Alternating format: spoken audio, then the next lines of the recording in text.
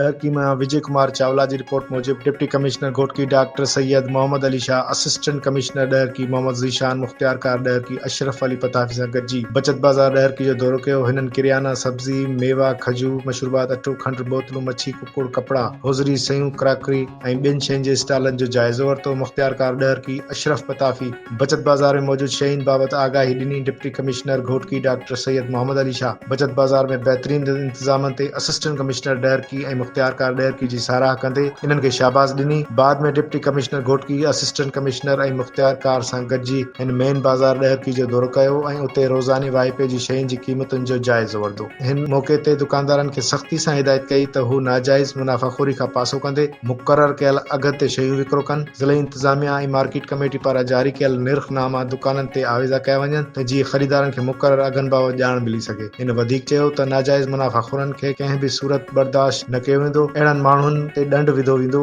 ऐं ज़रूरत पवण ते जेल पिणु मोकिलियो वेंदो। तंहिं करे सभई दुकानदार पंहिंजो क़िबिलो दुरुस्त कनि। ज़िले इंतज़ामिया हर वक़्तु कार्रवाई लाइ तयारु आहे।